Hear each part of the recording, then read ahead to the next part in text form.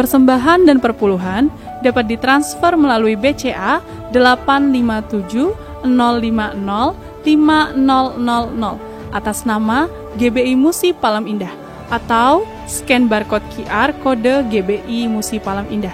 Tuhan Yesus memberkati.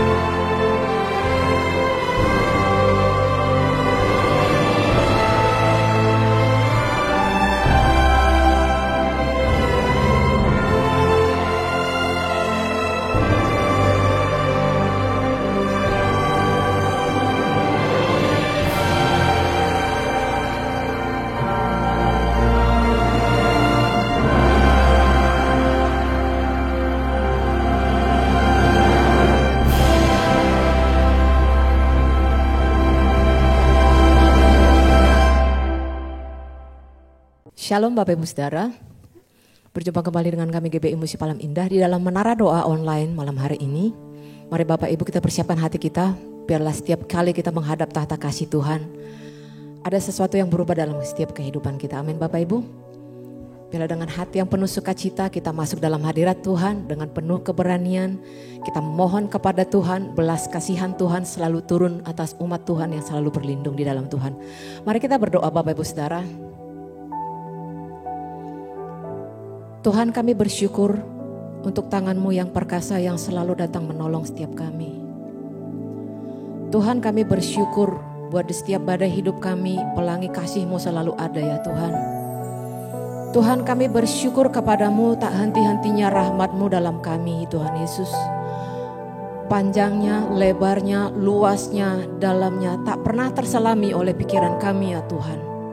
Dan saat hari yang indah ini ya Tuhan Yesus, kami bawa hati kami ya Tuhan. Kami bawa umat-Mu kepadamu ya Tuhan Yesus. Datang bertelut di kaki-Mu ya Tuhan, memuji dan menyembah Engkau ya Tuhan. Karena kami tahu ya Tuhan, rancangan-Mu adalah rancangan damai sejahtera bagi kami, bukan rancangan kecelakaan ya Tuhan. Biarlah kami selalu menyebut nama-Mu dalam setiap laku kami ya Tuhan Yesus. Dan Engkau pun meluruskan setiap jalan-jalan kami, sehingga kami sampai kepada rencana-Mu ya Tuhan. Bawa kami lebih dalam untuk menikmati hadirat-Mu di saat hari ini ya Tuhan. Karena kami tahu tempat ini adalah tempat persembunyian kami. Tempat ini adalah tempat rahasia kami untuk mengadukan segala perkara kami di hadirat-Mu ya Tuhan. Tempat ini di mana kami boleh bercerita dari hati ke hati kepada Engkau ya Tuhan. Tempat ini di mana hati-Mu dapat kami selami lebih lagi ya Tuhan Yesus. Di mana firman-Mu dapat kami renungkan lebih lagi ya Tuhan. Tempat ini adalah tempat perteduhan kami, di mana Tuhan menjauhkan kami dari segala musuh-musuh kami, di mana Tuhan menyembuhkan kami dari segala sakit penyakit kami, di mana Tuhan menjawab setiap pergumulan persoalan kami ya Tuhan Yesus. Oh ralabaya syandara saat kami berseru kepadamu ya Tuhan, Engkau memberikan kelegaan itu ya Bapa. Saat kami berseru kepadamu ya Tuhan, kami melepaskan segala beban hidup kami ya Tuhan. Ya ya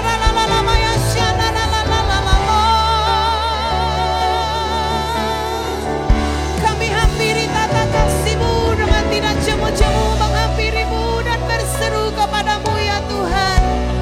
Dari kepadamu-lah pertolongan kami ya Bapa. Dan segala perkara dapat kami tanggung di dalam Engkau. Di dalam Engkau yang memberi kekuatan kepada kami ya Tuhan. Terima kasih Yesus. Setiap janji-Mu ya dan amin bagi kami Tuhan. Dan kami mau katakan ini kepadamu malam ini. Setiap janji-Mu Tuhan, ku simpan dalam lubuk hatiku.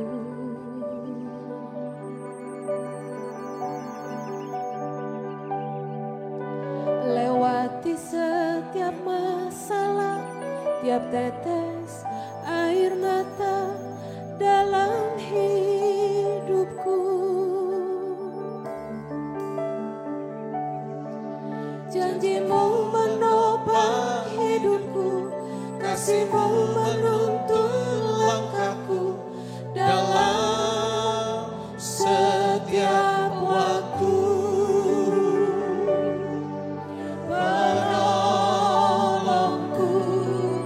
yang aku percaya. Lebih lagi katakan kepada Tuhan, setiap janji-Mu, setiap janji-Mu Tuhan, ku simpan dalam lubuk hatiku.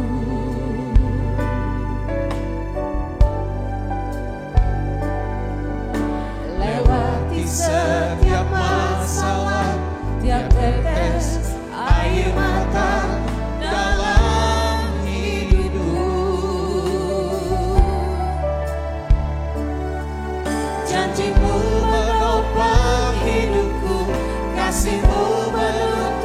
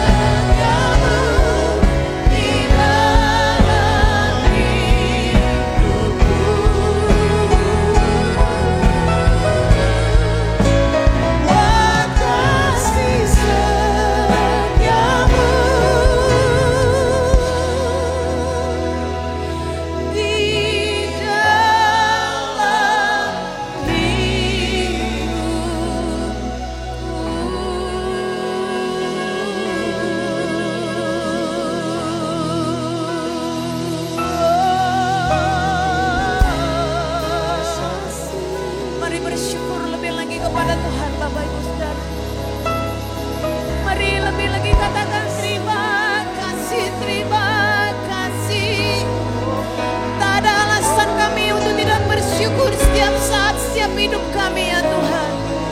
Karena di setiap helaan nafas kami adalah syukur kami kepadamu ya Tuhan Yesus.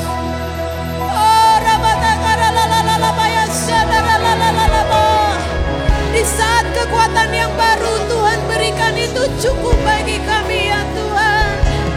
Di saat pengharapan kami masih ada itu cukup bagi kami ya Tuhan Yesus. Ya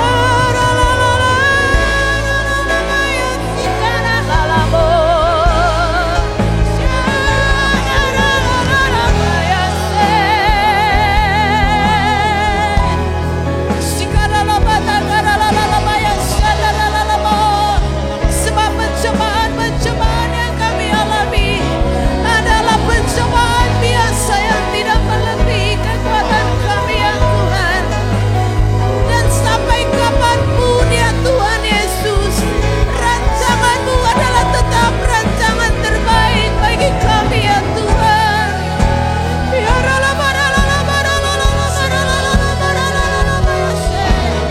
mari terus datang kepada Tuhan Bapak Ibu Saudara. Sampaikanlah Tuhan, berfirmanlah bagi umat-Mu, berfirmanlah ya Tuhan, berkata-katalah atas kami, ya lalalala yang sanaralalala, kuasa-Mu melingkupi setiap kami saat ini ya Tuhan Yesus, kasih-Mu mengalir ya Bapa, ilalalala baralalalala yang syakaralalala, shikarabatagaralalala yang tidak ada yang tersembunyi di hadapan-Mu ya Tuhan. Oh rabatagaralalala yang shikaralalala, jadi dalam aralalala yang syakaralalala yang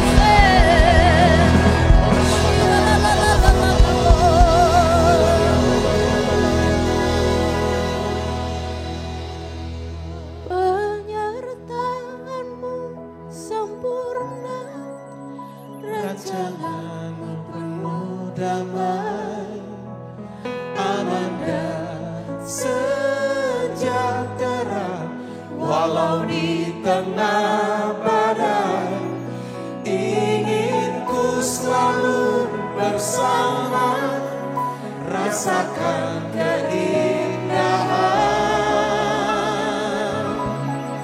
arti kehadiran-Mu Tuhan. Kenyataanmu sempurna, rancangan-Mu penuh damai, aman dan sejahtera. Walau di tengah badai, ingin ku selalu bersama, rasakan keindahan arti kehadiran-Mu Tuhan. ini pernyataan hati kami ya Tuhan Yesus. Jalan-Mu tak terselami oleh setiap hati kami.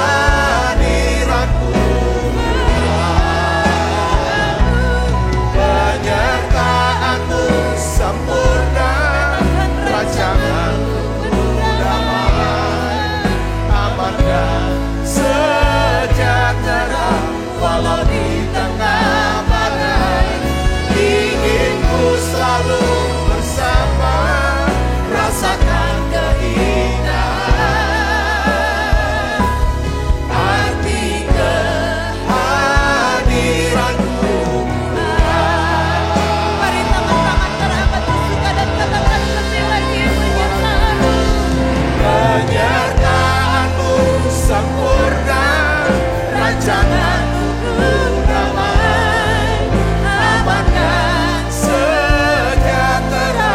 Walau di tengah badai, ingin ku selalu bersama, rasakan keindahan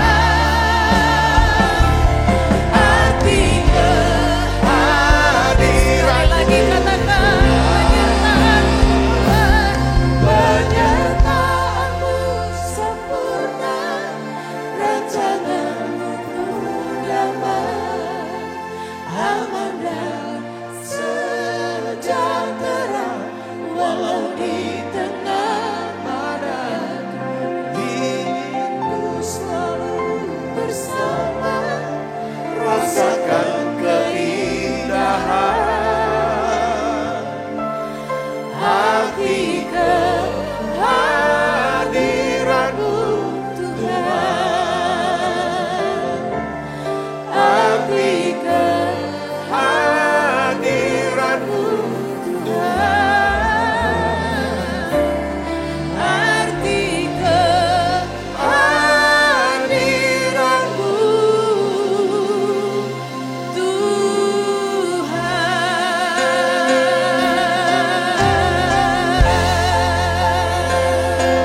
Ya Tuhan Yesus, sekalipun kami tidak bisa melihat masa depan kami ya Tuhan, namun ada Tuhan yang selalu memberikannya, memberitahukannya kepada kami ya Tuhan Yesus.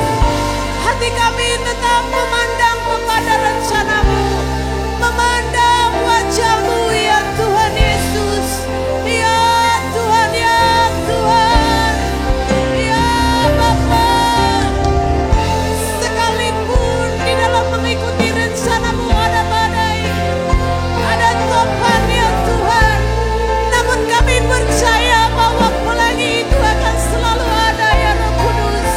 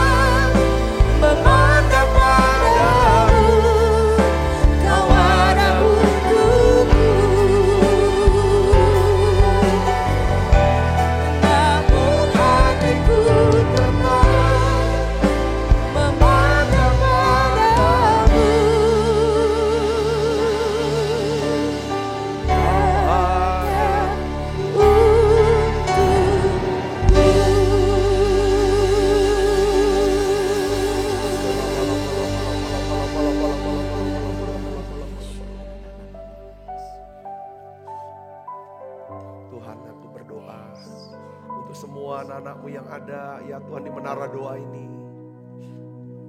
Tuhan turunkan berkat-Mu ya Tuhan. Turunkan berkat-Mu ya Tuhan buat tiap kami. Satu persatu ya Tuhan. Tuhan tahu keadaan kami. Tuhan tahu segala keperluan kami. Satu yang kami butuhkan Tuhan. Kami butuh Tuhan. Kami perlu Tuhan. Kami perlu hadirat-Mu. Kami butuh penyertaan-Mu. Kami butuh hikmat-Mu. Kami butuh kekuatan-Mu. Kami butuh pembelaan-Mu ya Tuhan. Kami butuh kekuatan-Mu ya Tuhan. Bapa, dalam nama Yesus, turunkan berkat-Mu buat kami semua. Kami perlu Tuhan. Makasih Yesus, terima kasih. Tuhan, Engkau turunkan ya Tuhan kekuatan-Mu, kasih-Mu Tuhan. Aku berdoa untuk anak-anak-Mu yang sedang bergumul ya Tuhan. Ya Tuhan, dengan sakit penyakit mereka. Tuhan, sembuhkan kanker mereka ini Tuhan. Sembuhkan kankernya. Sembuhkan Tuhan sakit diabetesnya ini Tuhan. Sembuhkan Tuhan. Sembuhkan penyakitnya yang stroke ya Tuhan. Aku berdoa apapun sakit anak-anak-Mu ini. Jantung ya Tuhan. Paru-paru, ginjal mereka ya Tuhan. Sembuhkan dengan kuasa-Mu ya Tuhan. Tolong anak-anak-Mu ini ya Bapa. Aku berdoa anak-anak-Mu sedang bingung. Tuhan sedang bingung apa yang harus mereka putuskan. Biarlah ya Tuhan Kau berikan hikmat-Mu, tuntunan-Mu. Bimbing kami ya Tuhan.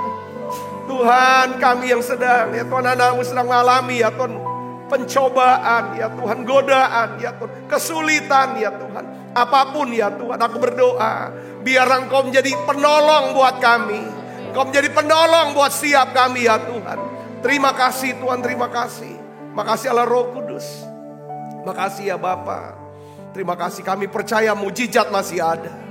Beri kami kekuatan yang baru lewat menara doa ini. Bila Engkau tak besertaku, ku tak mau berjalan. Ku perlu Tuhan, pimpin langkahku dengan kasih karunia-Mu. Pimpin langkahku setiap hari, berjalan dalam Roh-Mu. Nyatakan Tuhan kemuliaan-Mu, dan berjalanlah denganku. Lah Engkau tak besertaku, ku tak mau berjalan. Ku perlu Tuhan, pimpin langkahku dengan kasih karunia-Mu. Pimpin langkahku setiap hari, berjalan dalam Roh-Mu. Nyatakan Tuhan kemuliaan-Mu, dan berjalanlah denganku. Terima kasih, aku percaya Tuhan. Yang sakit Tuhan sembuhkan, yang lemah Tuhan kuatkan, yang susah Tuhan hiburkan. Berikan kami Tuhan satu pengertian, pewahyuan ya Tuhan akan masa depan ya Tuhan. Beritahu kami tentang masa depan kami. Beritahu kami akan janji-Mu untuk masa depan kami Tuhan. Kami dalam minggu-minggu ini mau belajar akan hal ini Tuhan. Urapi hamba-Mu untuk dapat menyampaikan pesan firman-Mu ini. Dalam nama Yesus, semua kita yang siap menerima firman dengan hati gembira sama-sama katakan amin. Silakan duduk kembali Ibu Bapak. Shalom saudara. Puji Tuhan, saya senang sekali setiap hari mengajar firman, berdoa bersama dengan saudara. Nah, hari ini saya akan berikan judul daripada khotbah, yaitu pentingnya mengetahui janji Tuhan untuk masa depan hidup kita, saudaraku. Tidak ada satupun yang tahu tentang masa depan kecuali Tuhan sendiri. Nah, hari ini saudara, saya akan bagikan tentang apa sih janji Tuhan. Ya kan saudaraku, untuk masa depan kita. Kalau kita tidak tahu janji Tuhan, kalau kita tidak kenal siapa Tuhan kita, saudaraku, maka untuk mengendalikan masa depan, kita pakai dengan cara apa? Kekhawatiran, ketakutan. Saudara, kita bisa ya kan tahu akan masa depan kita jangan gak usah takut, gak usah takut. Saudaraku, karena kita ngerti akan janji Tuhan. Apa janji Tuhan? Saya ingin bagikan pada saudara yang pertama, ya. Yang pertama adalah Tuhan akan membimbing kita ketika kita bingung dan tidak tahu apa yang harus kita lakukan atau kita putuskan. Katakan amin. Ini janji Tuhan, saudaraku. Karena yang saya ingin beritahu pada saudara adalah bahwa ya kan, satu hal yang dapat kita prediksi tentang masa depan adalah bahwa kita akan dihadapkan oleh banyaknya pilihan-pilihan. Ya kan, keputusan-keputusan yang harus kita buat. Ya kan, beberapa di antaranya pilihan dan keputusan itu adalah sulit dan membingungkan. Saudara, ya, apakah saya harus ambil kerjaan ini? Contoh, ya kan? Atau saya tidak ambil? Beberapa bilang, apakah saya harus pindah ke kota ini? Atau saya tetap di kota ini? Apa saya harus beli rumah? Ya kan? Atau bangun rumah? Atau tunda dulu? Itu keputusan yang sangat sulit. Apakah saya harus menikah dengan gadis ini atau pria ini? Atau saya tunda dulu atau lihat dulu? Ini keputusan, apakah saya harus masuk atau saya harus keluar? Di masa depan, saudaraku, ada banyak keputusan dan pilihan-pilihan yang harus kita ambil. Saudaraku, perhatikan saudaraku, seringkali saya omong gini, salah ambil keputusan, kita akan nyesel. Saudara, kalau salah, ya kan, contoh-contoh yang gampang kan, salah pilih angkot nyeselnya 1 jam, salah potong rambut nyeselnya sebulan.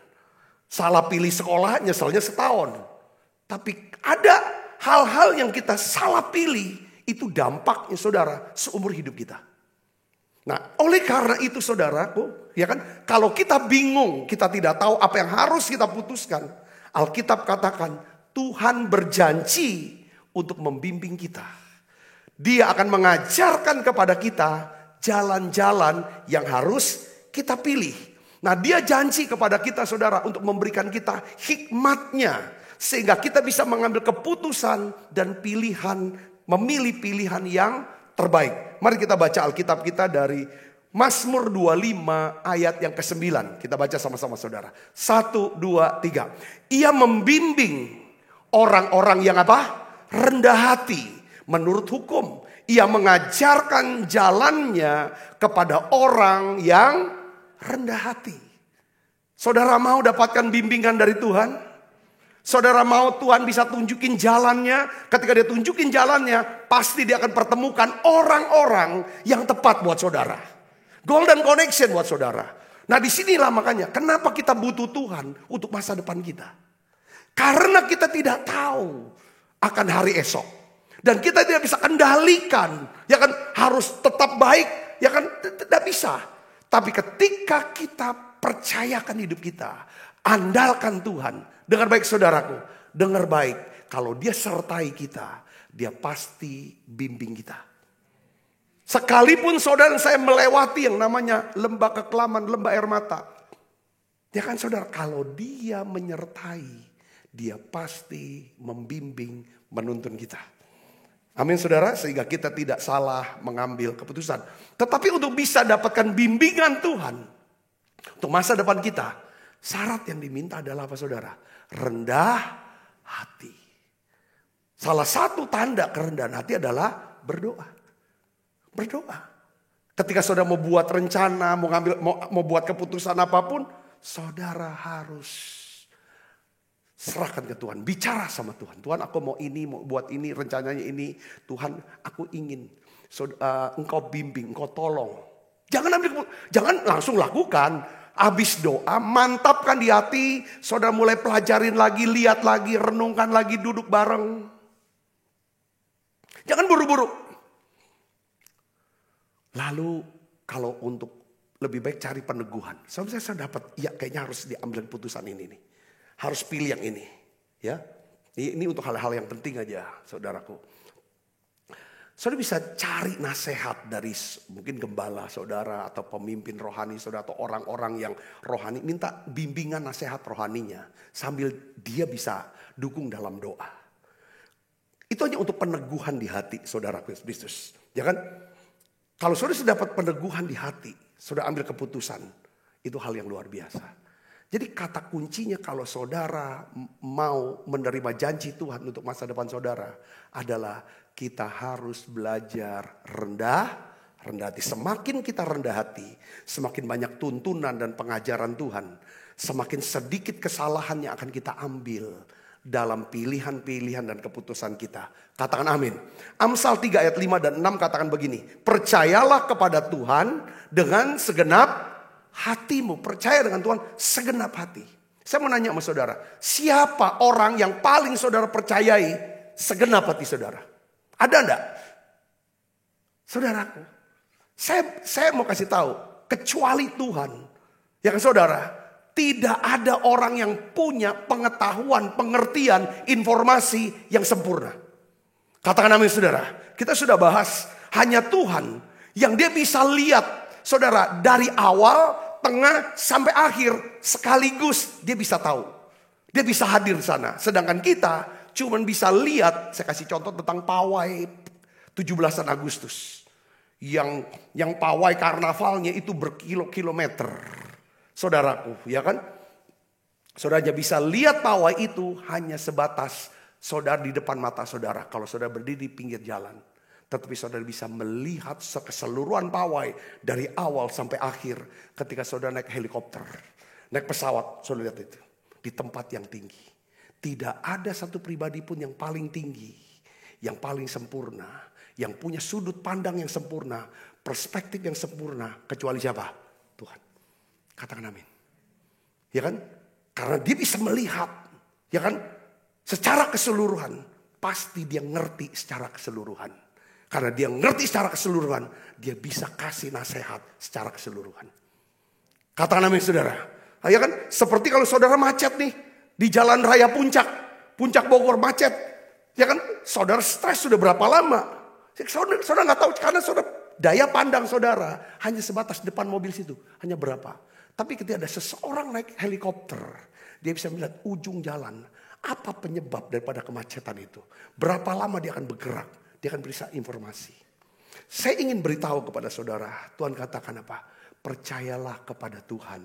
Dengan segenap hatimu. Kenapa kita harus percaya pada Tuhan? Karena dia Allah yang maha tinggi. Karena dia maha tinggi. Perspektif dia, daya, sudut pandang dia. Itu sempurna. Katakan amin saudaraku. Katakan amin. Nah, harus percaya sama dia. Di sini katakan jangan bersandar kepada apa? Pengertianmu sendiri. Kamu cuma bisa lihat apa yang di depan matamu. Tapi kau tidak bisa melihat jauh ke depan. Dia bisa lihat. Saudaraku, akui dia dalam segala apa? Lakumu. Dan ia akan apa? Meluruskan jalanmu. Dia akan tuntun kamu. Ya kan? Ke jalan yang benar. Di waktu yang benar, ketemu orang yang benar. Dan dia berikan hikmat kepadamu untuk mengambil keputusan dan pilihan-pilihan yang benar. Ini janji Tuhan untuk masa depan kita. Katakan amin saudara. Ini dia saudara. Jadi Tuhan kita adalah Tuhan yang dapat diandalkan.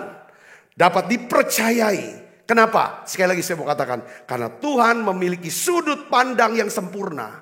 Untuk melihat hidup kita dan masa depan kita. Katakan amin saudara. Dia bisa lihat diri kita saudara. Dia bisa lihat apa? Pemikiran kita. Saudara, lubuk hati kita. Kelemahan kita. Potensi kita. Dia tahu semua. Karena dia omnisin. Dia maha tahu. Dia juga tahu tentang rancangan ke depan kita. Itu ujungnya bagaimana. Bagaimana apa kan?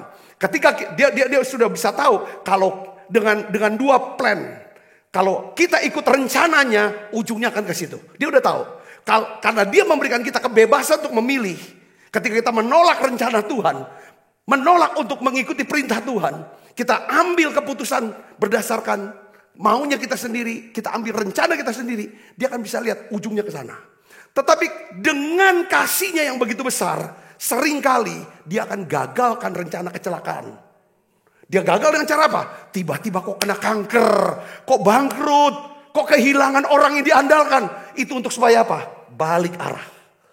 Mengambil keputusan untuk apa? Memilih rencana dia. Saya bisa ngerti, katakan amin. Itu Tuhan. Dengan segala kemahatauan dia.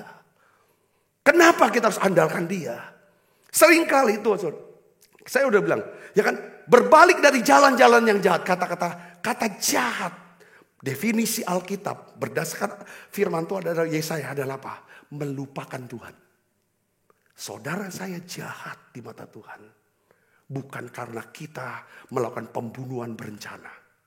Lebih dari itu. Ketika kita melupakan Tuhan, kita bisa melakukan pembunuhan berencana. Katakan amin. Orang melakukan perbuatan-perbuatan jahat diawali karena melupakan Tuhan. Tidak libatkan Tuhan dan tidak sadar akan kehadiran Tuhan. Katakan amin, saudaraku. Nah ini penting, saudaraku. Nah hari ini kenapa kita perlu bergantung akan masa depan kita sama Tuhan? Karena Tuhan, saudara Yesus, Dia mau membimbing kita. Katakan amin. Oleh karena itu kenapa kok penting sekali saudaraku. Ya, saya selalu ngomong kalau mau apa-apa doa. Kalau mau apa-apa doa. Kalau ada punya rencana apa doa. Walaupun itu rencana sepele. Kalau kena apa-apa kehilangan sukacita dan sebagainya doa. Kalau ada teguran, kamu tuh udah salah. Kamu tuh udah menyimpang dan sebagainya. Cepat berhenti. Berdoa, Tuhan ampuni aku. Kalau mau apa-apa, Tuhan aku mau ini, mau itu, mau itu. Gimana Tuhan mendapat Tuhan? Setuju atau tidak? Kalau Tuhan setuju, lancarkan. Tidak setuju, batalkan. Sederhana aja, doa-doa yang sederhana. Saudara. Kalau kita ada apa-apa, kita kan takut. Tuhan aku kena ini loh, gini-gini. Ya kan saudaraku, ya kan? Saudara doakan kepada Tuhan, curahkan. Ya kan? Ini yang paling penting. Ya kan? Saudara perlu nasihat, bimbingan dari Tuhan. Katakan amin. Karena Tuhan memiliki sudut pandang dan pengetahuan yang sempurna, maka Tuhan memiliki nasihat yang sempurna. Katakan amin. Nasihat Tuhan yang sempurna. Nasihat yang sempurna itu sangat dibutuhkan oleh setiap kita. Nasihat untuk kesehatan, nasihat untuk hubungan kita, untuk bisnis, untuk karir, untuk pelayanan, untuk keuangan, bagaimana saudaraku ya kan, untuk bagaimana anak-anak, kita perlu nasihat dari Tuhan. Nah, kita bisa mengetahui nasihat Tuhan dengan cara apa? Di mana? Buka Alkitab, saudara. Dengarkan pengajaran firman Tuhan. Setiap catat itu. Saudara bisa mengerti ini, katakan amin. Seringkali yang jadi masalah adalah gini. Kalau kita dengar khotbah, si pengkhotbah nyelekit ngomongnya dan kena di hati kita, lalu kita marah. Pasti pengkhotbah ini sentimen sama aku. Saudara ngerti gak maksud saya? Padahal itu mungkin adalah Tuhan mau bicara sama dia. Saudara bisa ngerti sini, katakan amin. Kadang-kadang si pendeta tidak tahu urusan kita. Tidak tahu masalah kita. Tapi karena kita ini terlalu baper. Saudaraku, ya kan selalu rasanya insecure, gak rasa aman. Selalu akhirnya marah gitu saudaraku. Kemarahan membuat kita jadi orang yang bodoh. Sedangkan banyak hal yang kita tidak tahu tentang hari esok. Tapi Tuhan tahu. Katakan amin saudaraku. Itu kita harus percaya sama Tuhan. Ya kan, andalkan. Yang kedua, saudara, janji Tuhan yang kedua. Yang pertama adalah, janji Tuhan adalah gini. Dia mau membimbing kita. Ya kan, ketika kita tidak tahu apa yang harus kita lakukan. Apa yang harus kita putuskan. Kita tidak tahu. Dia siap membimbing kita. Menasehati kita. Menuntun kita. Katakan amin. Dia bisa menuntun kita. Itu janjinya. Kita hanya bisa menerima janji Tuhan. Mengalami janji Tuhan. Hidup dalam janji Tuhan. Hanya kalau kita rendah hati. Amin saudara. Itu pertama. Yang kedua adalah. Apa janji Tuhan? Saudara untuk kita di masa depan. Tuhan akan menolong kita. Ketika kita berada dalam apa? Pencobaan. Ya, pencobaan. Saudara harus tahu ya. Beda pencobaan dengan kesulitan. Pencobaan dengan problem. Pencobaan itu godaan. Saudaraku, pencobaan. Ya kan? Pencobaan itu godaan. Sedangkan kesulitan itu problem. Pencobaan itu adalah masalah karakter. Saudara, karakter kita bersifat internal. Sedangkan kesulitan atau masalah itu sifatnya eksternal. Setiap masalah keuangan, saudara, itu masalah rumah tangga, itu masalah-masalah itu, masalah. Ya. Tapi kalau bicara pencobaan, ini bicara tentang kita dicobai. Karakter kita dicobai. Saya tahu sini, yuk kita buka Alkitab kita. 1 Korintus 10 ayat yang ke-13. Kita baca sama-sama. 1, 2, 3. Pencobaan-pencobaan yang kamu alami adalah pencobaan-pencobaan yang biasa. Maksudnya apa saudara? Saya baru dapetin pengajaran, pengertian saudara setelah saya dapat ini. Rupanya kata pencobaan-pencobaan biasa. Ada lagi nih saudara. Pencobaan ini kita dicobai saudara atau digoda itu kita gak dosa. Saudara, tetapi kalau kita jatuh ke dalam pencobaan, kita tergoda atau jatuh dalam godaan, itu berdosa. Satu hari saya pernah dapat cerita dari seorang hamba Tuhan, kawan saya, almarhum sih, Bapak Pendeta Abraham Lalamentik. Dia ini orang yang suka banyak baca, saudara. Kayaknya udah kayak Google lah berjalan. Kita bilang dulu ensiklopedia, zaman dulu belum ada Google. Dia pernah cerita sama saya sehubungan dengan masalah LGBT. Saudara, dia bilang gini, saya tuh pernah baca ada satu uskup di Kanada. Uskup ini memang dari kecil punya kecenderungan jadi homoseksual.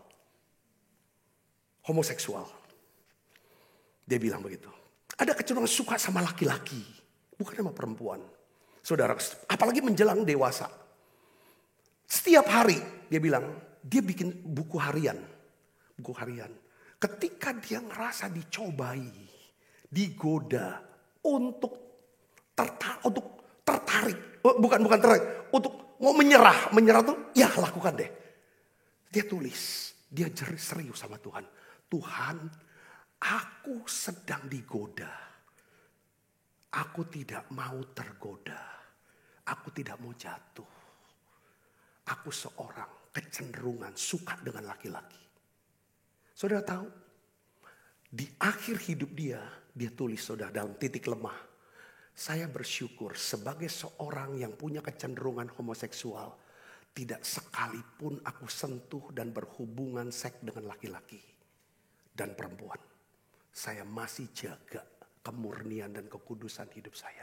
Terima kasih Tuhan Yesus. Itu buku hariannya itu ada.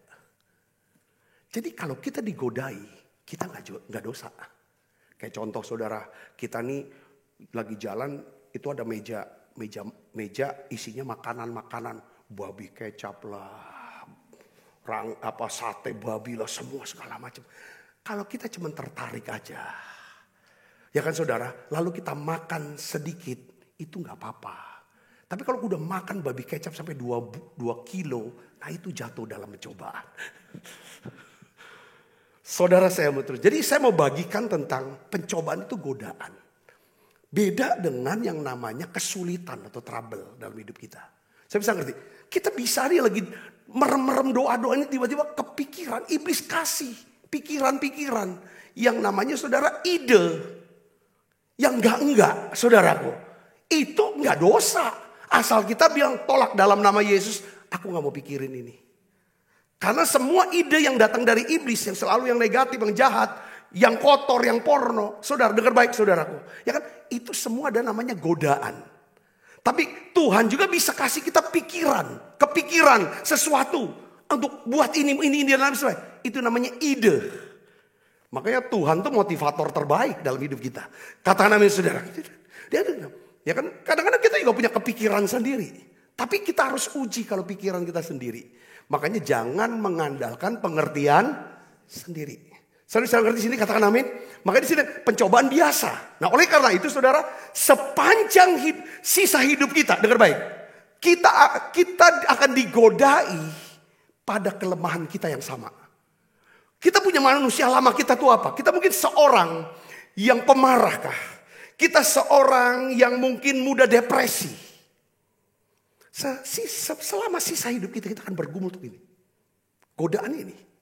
Beberapa orang, saudaraku, mungkin titik lemahnya. Ada suka ngadu domba orang demi kepentingan dia. Menguasai orang lain untuk kepentingan dia. Dia akan bergumul tuh tiap ini. Apa mau terus gak? Suka ngadu domba orang. Ngomong yang enggak ada. Orang ngomong gini kan fitnah. Itu manusia lama. Titik lemah orang-orang masing-masing. Orang punya titik lemah masing-masing. Dan kita semua akan dicobai dengan cobaan yang sama ini. Kalau kita bisa menang atas cobaan hari ini, saudara, besok belum tentu. Banyak kita orang yang kecanduan kita. Makanya saudara saya perhatiin ini. Orang-orang yang masa mudanya, masa lalunya, itu banyak sekali yang namanya kehidupan yang negatif. Dia bertobat, itu bersaksi, saya udah bertobat dulu masa lalu. Dia bersaksi kemana-mana, itu ngeri saudara. Itu membuka kesempatan buat iblis saudaraku. Untuk hajar dia. Makanya kita gak bisa, kenapa kita harus bergantung sama Tuhan untuk masa depan kita? Masa depan bicara 5 menit ke depan itu masa depan kita. 1 menit dari sekarang itu masa depan kita. Bukan setahun, bukan 10 tahun bicaranya. Kita tidak tahu sudah apa yang akan terjadi. Ini kita sedang bicara tentang godaan yang di dalam. Besok bicara tentang apa? Kesulitan di luar kita. Tiba-tiba kena bencana alam. Tiba-tiba lagi apa? Truk datang. Tiba-tiba semua itu bisa terjadi di masa depan. Tapi kalau kita andalkan Tuhan. Dengar baik saudara. Tuhan bisa turut bekerja untuk dalam kebaikan buat kita. Amin saudara. Ini halnya. Kita belum tahu. Hari ini kita sehat. Hari ini kita mungkin secara keuangan bagus. Kita nggak tahu ke depan. Sebaliknya. Mungkin saudara susah sekali hari ini. Dan tidak ada segala macam. Dengar baik saudara. Ada janji Tuhan buat kita. Saudara, untuk masa depan. Kalau kita dicobai.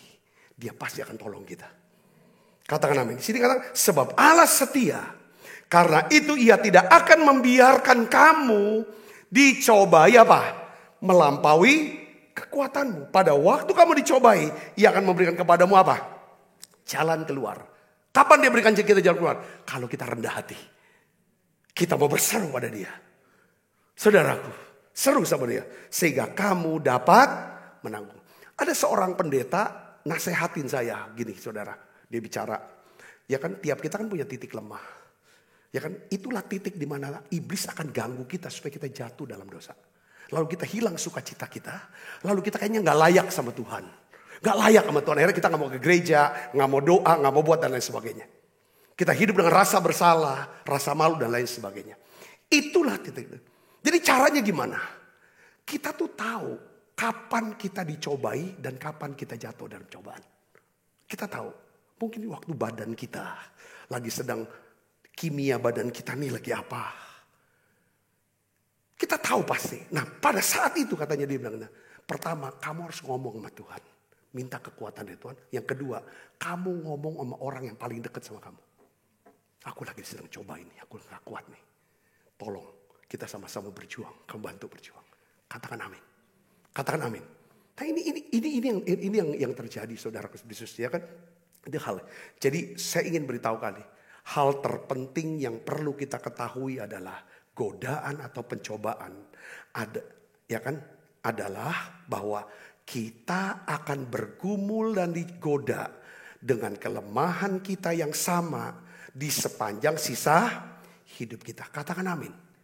Makanya saya tuh dengan lama-lama belajar, baca untuk ngajar kita semua ya. Untuk saya juga sebenarnya. Jadi akhirnya lama-lama enggak gampang terkejut dengan orang-orang yang kembali kok kehidupan yang lama. Kok dia begitu? Enggak. Seperti Tuhan enggak pernah terkejut dan heran melihat Petrus menyangkal dia 3 kali. Tuhan gak terkejut melihat Yudas Iskariot lakukan hal itu. Termasuk Tuhan juga tidak terkejut ketika kita jatuh. Ketika kita gagal. Katakan amin. Karena dia Allah yang maha tahu. Dia ada di masa lalu kita. Dia ada di masa kini. Dan dia sudah ada di masa depan. Katakan amin saudara. Itu Tuhan kita. Saudara. Dan Tuhan juga saudara sudah tahu apa yang akan masalah apa akan muncul di depan. Dan dia udah siapkan solusi, jalan keluar buat setiap kita. Kalau saudara dan saya mau dituntun dan melibatkan dia untuk masa depan saudara. Katakan amin. Ini Tuhan saudaraku ya kan. Nah saudara, kita bisa ngatasi godaan-godaan ini seiring dengan kita ini bertumbuh dalam Kristus. Ya kan? Tetapi kita juga harus ingat bahwa kita akan tetap bergumul, tetap digoda dengan kelemahan yang sama di sepanjang sisa hidup kita. Ada orang kelemahannya apa? Makan. Gak bisa kuasai makan. Saya banyak teman hamba Tuhan, dipakai Tuhan luar biasa. Kalau saya duduk makan sama dia, aku ngeri gitu. Semua sudah kasih nasihat. Tapi dia dengar. Setelah itu sudah dia laju. Akhirnya laju nian. Berapa saudaraku? Ini bukan apa? Itu titik lemah dia. Mau apa? Karena ada yang titik lemahnya duit. Ada duit. Pokoknya punya kekuasaan sedikit dia olah untuk dapetin duit. Saya aja heran saudara. Ya kan? Ada orang punya kekuasaan pegang remote AC. Itu bisa jadi duit saudara rupanya. OB di satu sekolah saudaraku. Ada sekolah ya ke saudaraku ya. Rupanya untuk hemat listrik. Sekolahnya yang punya 2 AC dinyalain 1 AC. Ada beberapa kelas yang tidak pakai AC. Murid-murid kepanasan. Dia tahu siapa yang pegang remote. Lalu dipanggil yang pegang remote. Semua masing-masing anak-anak kumpulin duit. Kasih si OB yang pegang remote. Tolong dinyalain. Untuk kekuasaan pegang remote saja bisa jadi duit saudara. Aku heran ini cerita yang beneran. Kalau titik lemah orang itu adalah duit. Apapun kekuasaan yang dia pegang sekecil apapun. Dia akan olah jadi duit. Dan kalau dia mau makan misalnya belanja di warung mungkin. Ya kan dia makan 5 ngaku 1. Pokoknya semua yang untung semua segala macam. Ini titik lemah. Masa lalu bisa. Saudaraku, ini masalah-masalah. Tetapi jadi pendeta pun dia kotor api-api. Ini bisa lakukan hal yang kepanggil untuk lakukan hal yang sama. Ini pergumulan. Kita nggak bisa, makanya di sini makanya Tuhan, kita nggak bisa sembunyikan. Tidak ada yang rahasia. Semua telanjang di hadapan Tuhan. Tetapi sekalipun dia tahu kelemahan kita, dia tetap mengasihi kita. Dia ingin mengubah kita saudara semakin baik. Itu kabar baiknya. Nah saya kasih contoh tentang siapa seorang namanya Simon Petrus. Ini kisah nyata saudaraku. Di Alkitab tulis. Saya mau katakan bahwa pencobaan-pencobaan yang kamu alami pencobaan biasa. Maksudnya kelemahan yang kamu alami itu kelemahan yang sama. Yang akan terus kamu digoda dengan titik lemah itu. Simon Petrus kita sudah tahu saudara kisahnya ya kan. Menjelaskan bahwa saudara tahu gak kelemahan Simon Petrus itu apa? Kelemahan Simon Petrus adalah dia adalah seorang yang suka mendapat pengakuan dan penerimaan dari orang lain. Dia suka dengan apa? Tepuk tangan. Sama like. Dia gak tahan kalau ada penolakan dari orang lain. Dia gak mau ditolak. Itu titik lemah yang dipakai iblis. Yang membuat Petrus buat sejarah. Dia menyangkal Yesus 3 kali. Ketika dia ditanya oleh perempuan. Yang bukan siapa-siapa kok. Bukan orang hebat. Gak bisa mengambil keputusan untuk masa depan dia juga. Dia pun ditanya. Kamu itu kenal kan sama orang itu kan. Yang sedang dihakimi itu. Yang sedang aku udah kenal. Kau ngomong apa? Orang pelayan. Datang lagi orang tanya lagi. Kamu tuh kan kenal sama orang itu kan. Nggak kenal. Siapa dia? Berikutnya lagi. Kamu kan bagian dari orang itu kan. Langsung dia marah. Enggak, aku gak kenal. Kenapa dia ngomong gak kenal? Kenapa ngomong? Ya aku kenal. Apa dia akan ikut dihukum? Enggak kan? Karena Petrus. Dia orang yang selalu mengejar penerimaan dan pengakuan. Dia gak punya identitas yang jelas. Kalau kita gak punya identitas yang jelas dalam Kristus. Kita akan mudah. Ya kan? Diombang-ambing dengan omongan orang. Kita mau tergantung omongan. Gimana? Dia suka gak sih sama aku? Kalau suka dia kita senang. Kalau ada kita dengar orang kita ngomongin kita, jelekin kita, fitnah, wah kita sedih. Ini kelemahan Petrus. Sehingga dia menyangkal Yesus 3. Nah kelemahan ini saudara, iblis tahu titik lemahnya Simon. Iblis menggodanya melalui kelemahannya. Dan iblis pakai 3 orang untuk tanyain Simon. Dan Simon menyangkal Yesus. Saudara, 3 kali.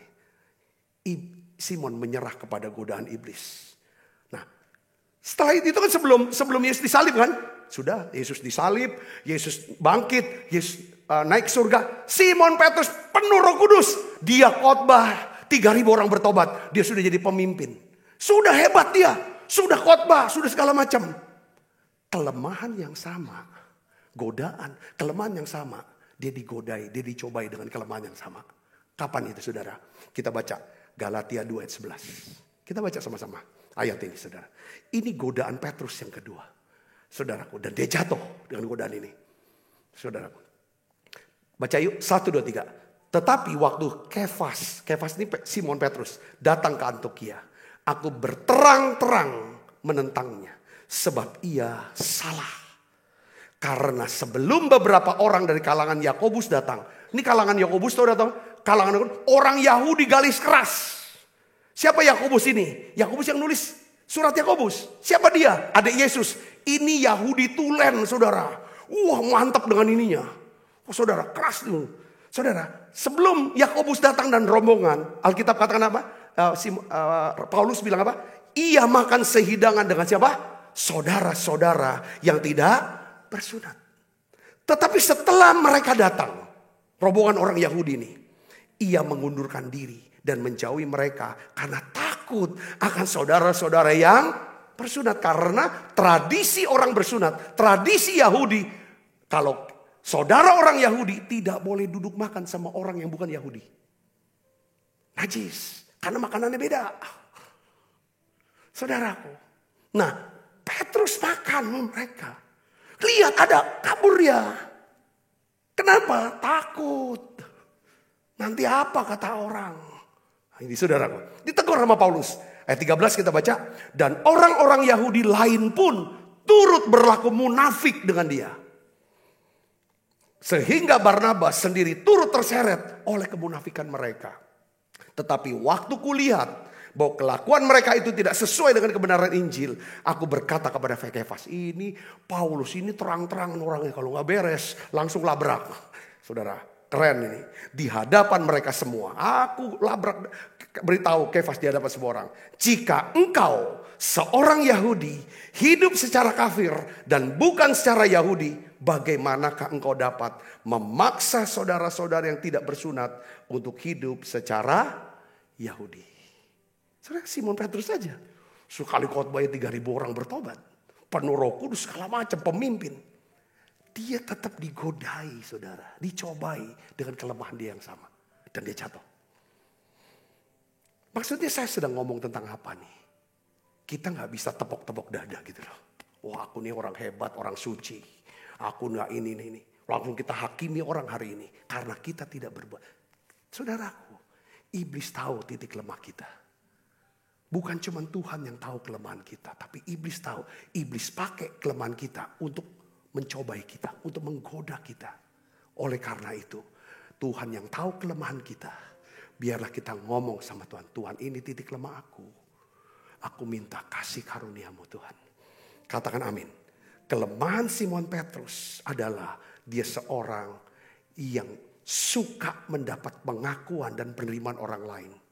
Simon bergumul dengan kelemahannya ini di sepanjang sisa hidup dia. Tetapi saudara, saya ingin beritahu kepada saudara. Di masa tua Simon Petrus, dia tulis surat pengembalaannya yang luar biasa. Hal ini menunjukkan kepada kita bagaimana Tuhan menolong Simon Petrus mengatasi segala godaan. Saudara, atas kelemahan hidupnya. Simon Petrus mendapatkan kunci kemenangan. Hidup berkemenangan, mengatasi godaan atas kelemahannya. Dengan cara apa saudara? Dia yang menulis. Mungkin salah satu orang, rasul yang menulis tentang identitas. Dia bicara apa? 1 Petrus 2 ayat 9. Kita baca sama-sama. Yuk, 1, 2, 3. Tetapi kamulah bangsa yang terpilih. Imamat yang rajani.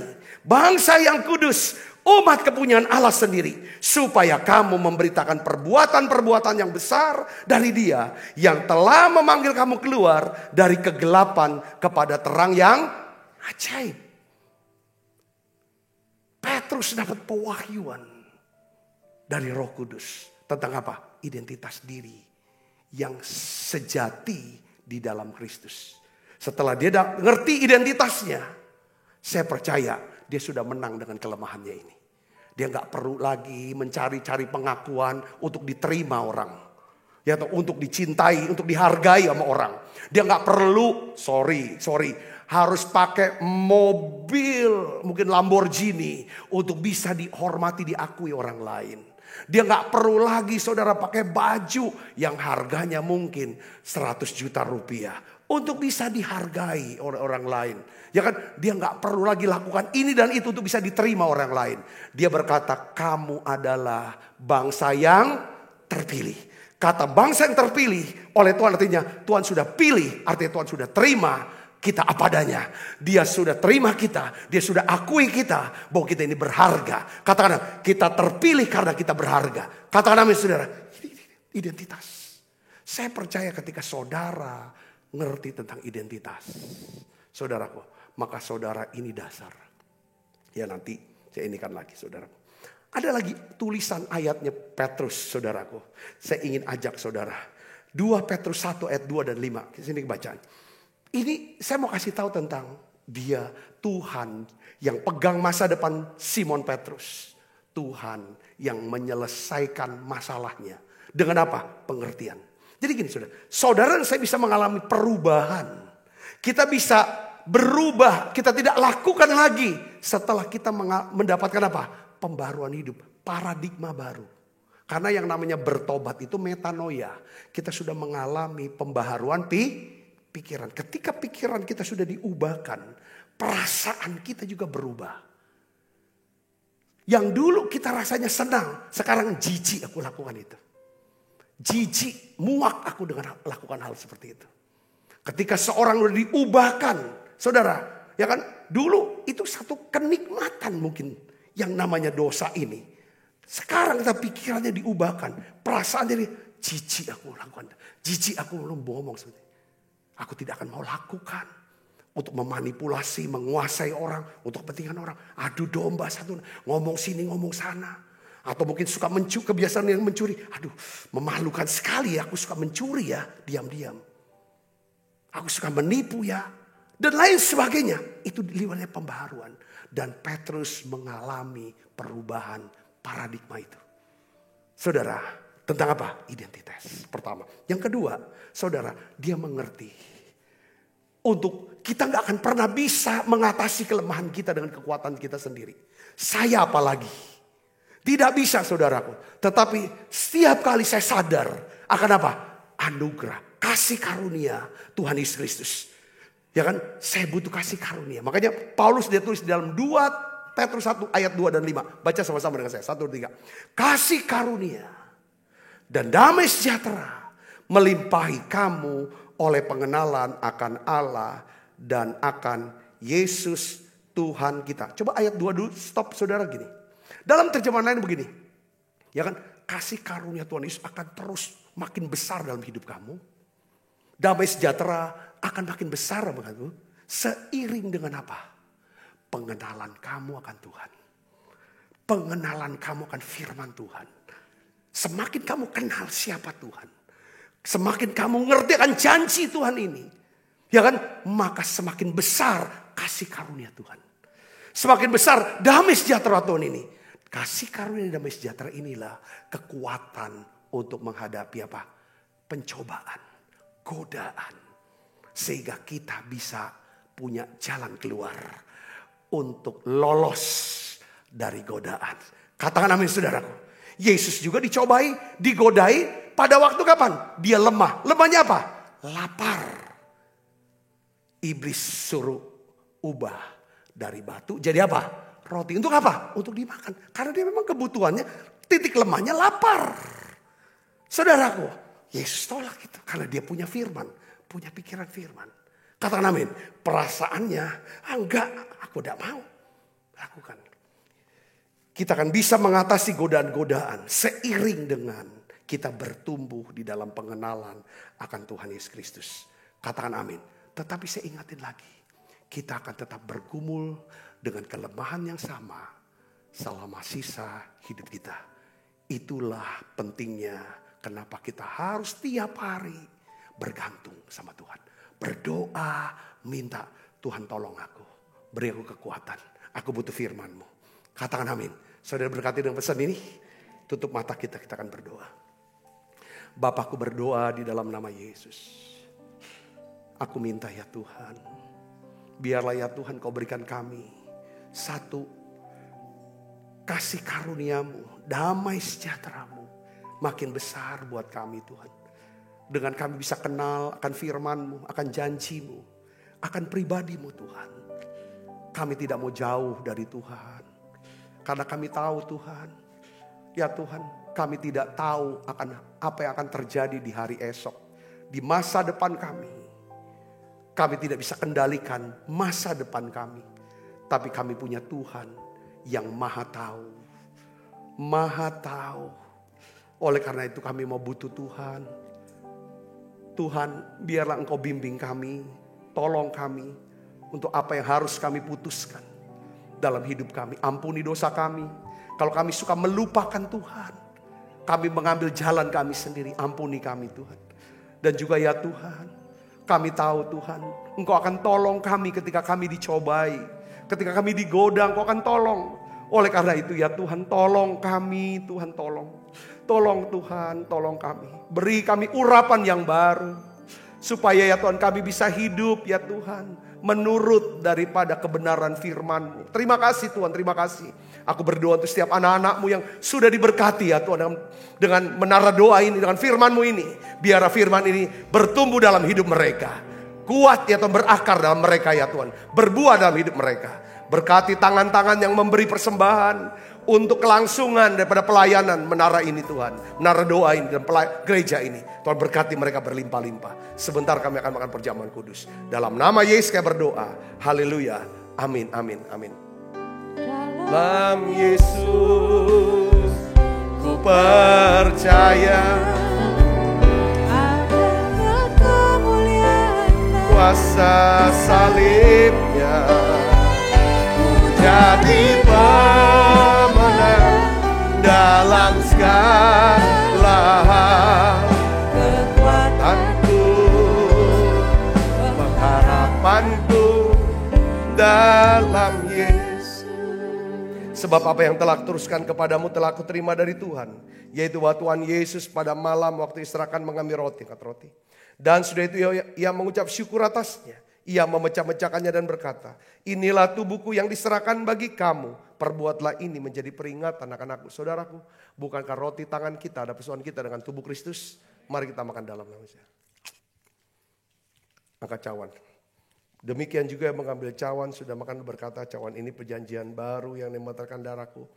Perbuatlah ini setiap kali kamu meminumnya menjadi peringatan akan aku. Saudaraku, bukankah cawan perjanjian ini atasnya kita ucapkan syukur ada persoalan kita dengan darah Kristus. Mari kita minum dalam.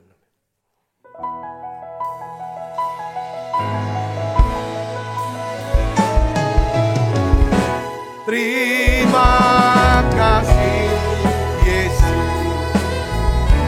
Terima kasih Yesus. Ku beri syukur hanya bagimu ya Allahku, ya Tuhanku. Terima kasih Yesus. Terima kasih Yesus. Syukur hanya bagimu. Terima kasih Yesus.